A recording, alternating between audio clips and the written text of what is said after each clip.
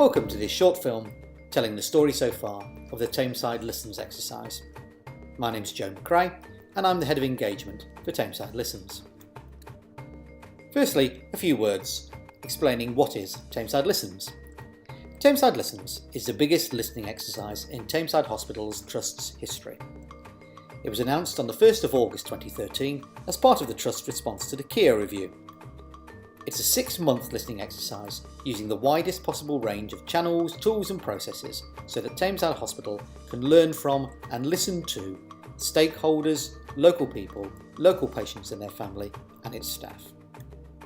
Tameside Listens is seeking feedback and ideas from all of these groups on 8 major themes, and these are listed here. For each of these themes, Tameside Listens asks a fairly simple but fundamental question. What do you think of them?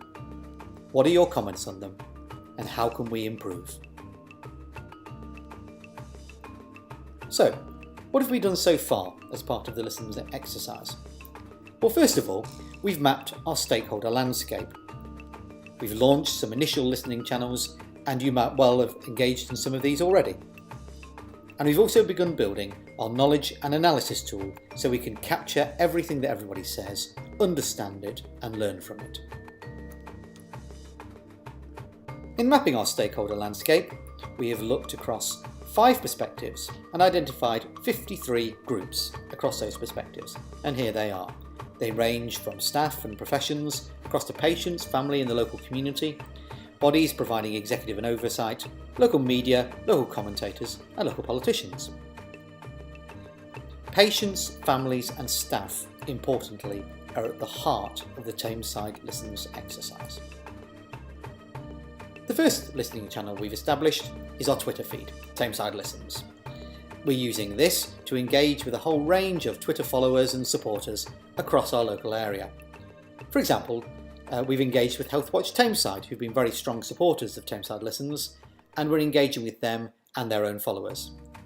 We're also starting to receive tweets from individual patients with giving their own ideas and their own contributions. And we're using our Twitter feed to log those, to respond to people who tweet to us and make sure that those comments are included within the information and knowledge captured as part of the exercise.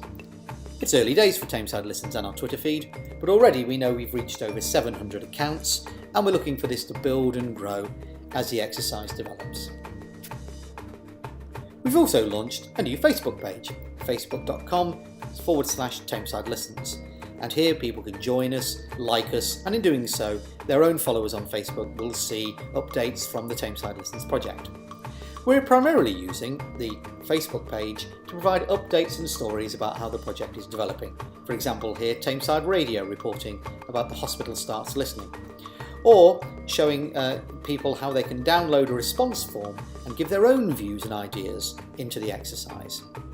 People who like our page can also provide comments and advice and suggestions on that page as well. We've also launched a new YouTube channel, youtube.com/Tameside Listens, and in fact you might actually be watching this film on the YouTube channel itself. Over the course of the exercise, we will be updating this YouTube channel with lots of films and insights and reports from across the exercise. Our initial films on here were our message from Karen James, our Interim Chief Executive, pledging that everybody who takes part in Tameside Listens will be listening to, and also from our Chair, Paul Conlon, asking local people and the local community to help us to make the changes that we all wish to see. We've had 170 YouTube views so far and up until the end of August, but again, we want to be looking for these to be growing and improving as the project develops.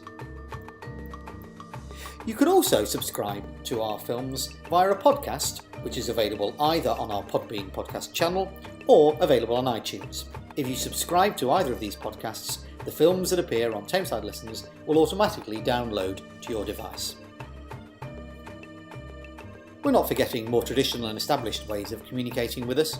For example, we also have a dedicated email address, tamesidelistenens@tgh.nhs.uk, and a dedicated phone line. Anybody can contact us either by email or phone at either of these places.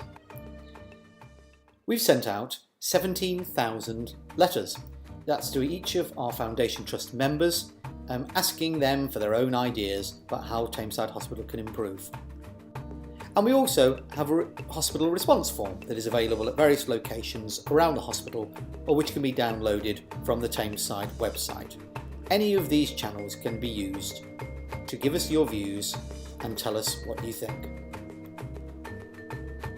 It's very important to listen, but it's also very important to understand what's being said. So we've begun building our knowledge and analysis tool so that we can capture and understand and analyse all the responses we get from people across all of the different channels. We've also taken a look internally. We've mapped and we're beginning to integrate 47 separate processes that the hospital currently undertakes and is developing to engage with people and listen. This includes patient choice, patient opinion, staff stories, board walkabouts, carer stories, the friends and family test, and it includes the new listening channels that we're putting in place. For example, our Facebook page and YouTube channels and Twitter feeds that you've already seen. All the responses will be analysed across themes and hospital areas so that we can really understand what everybody is saying to us and the implications for the way in which we do things and the way in which we provide excellent and compassionate care for local people and their families. This film was being produced at the end of August, a few weeks after we've started. So what is the story so far? Well, just in the first few weeks, we've already received over 300 responses to Tameside Listens. And those responses contain concerns, suggestions and praise, so we know that local people really value what we're doing, as well as wanting to provide their own ideas about how we can improve our care. But we're not content just to stay there. So what's next? What other ways are we developing in which you can tell us what you want to see happen, what you think about our services and what you think about our care? Well, firstly, we're going to be producing a smartphone app and also an online survey so that people can use their own mobile devices to tell us what they want. We are going to complete the mapping of our listening processes, and so we can absolutely understand and refine how we deliver excellent service.